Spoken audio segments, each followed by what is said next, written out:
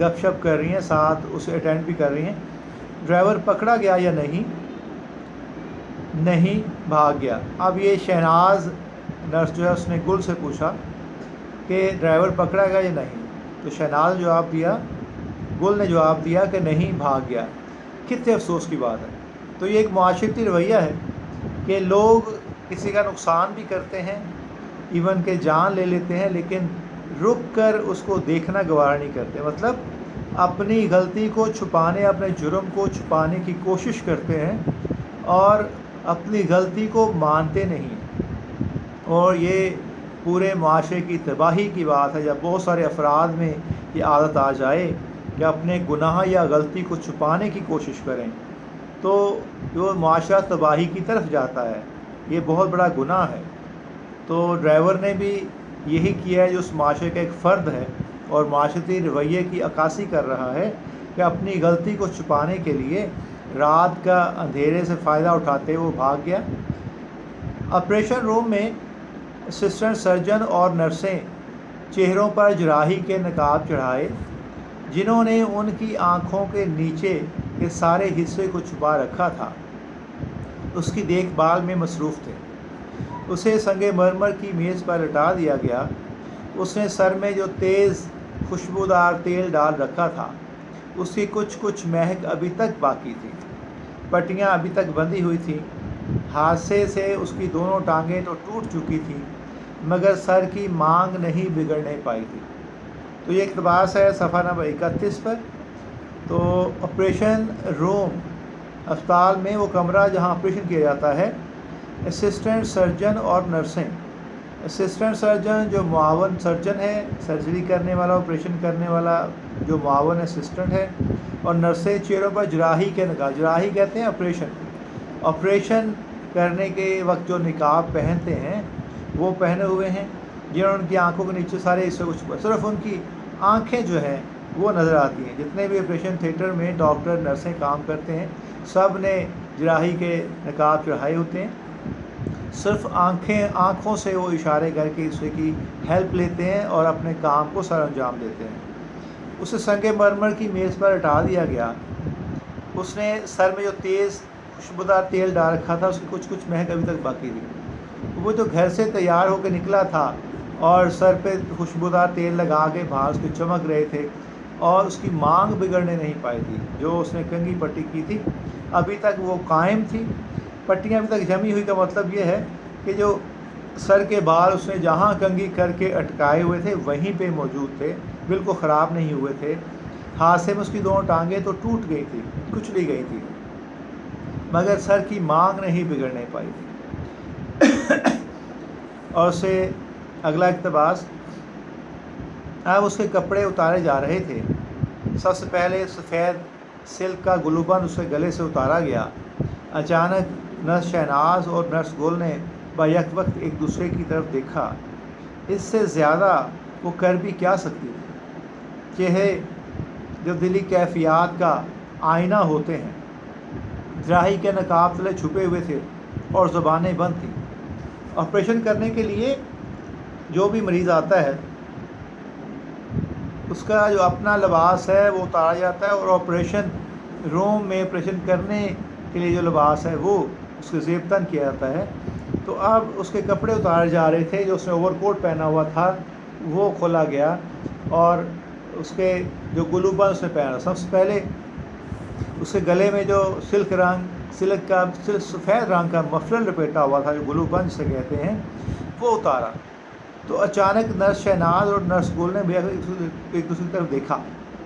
اس سے وہ کر بھی کیا سکتی تھی؟ آپریشن تھیٹر میں جو بھی عملہ آپریشن کر رہا ہوتا ہے، وہ ڈاکٹر ہے، اسسٹنٹ سرجن ہے یا نرسز ہیں، وہ وہاں کوئی آپس میں بات چیت نہیں کرتا، تو ان کے نقاب چڑھائے ہوئے ہیں صرف آنکھوں سے۔ تو دونوں نے نرسوں سے ایک دوسرے کی طرف دیکھا اور کر کیا سکتے، وہ بات نہیں کر سکتی تھی۔ چہرے دلی کیفیت کا آئینہ ہوتے ہیں، جراحی کے نقاب تلے چھپے ہوئے تھے، زبانیں بند تھیں۔ چہرے کے بارے میں ایک انگلش شاعر نے بھی کہا ہے کہ face is the index of mind, face is an index of mind. تو جو چہرہ ہے جیسے لکھا کہ دلی کیفیات کا آئینہ ہوتا ہے. آپ اپنے تشریح کے لیے جو ریفرنس آپ نے لکھنے حوالے لکھنے ہیں زیادہ تر تو کوشش کریں کہ اردو میں ہی لکھیں, لیکن اردو کے علاوہ بھی اگر کسی زبان میں آپ کو وہ ریفرنس آتا ہے تو آپ وہ لکھیں, لیکن اس کی وضاحت نیچے اردو میں ضرور کریں, چاہے وہ انگلش میں ہے, چاہے وہ پنجابی میں ہے, چاہے عربی میں ہے, کسی زبان میں بھی ہے وہ آپ ریفرنس لکھ سکتے ہیں, لیکن اس کی وضاحت جو ہے وہ آپ کو اردو میں کرنا لازمی ہے. تو نوجوان کے گلوبند کے نیچے نکٹائی اور کالر تو کیا سرے سے قمیض ہی نہیں تھی. یہ وہ سچ تھا, یہ وہ حقیقت تھی جو کھلنے جا رہی تھی.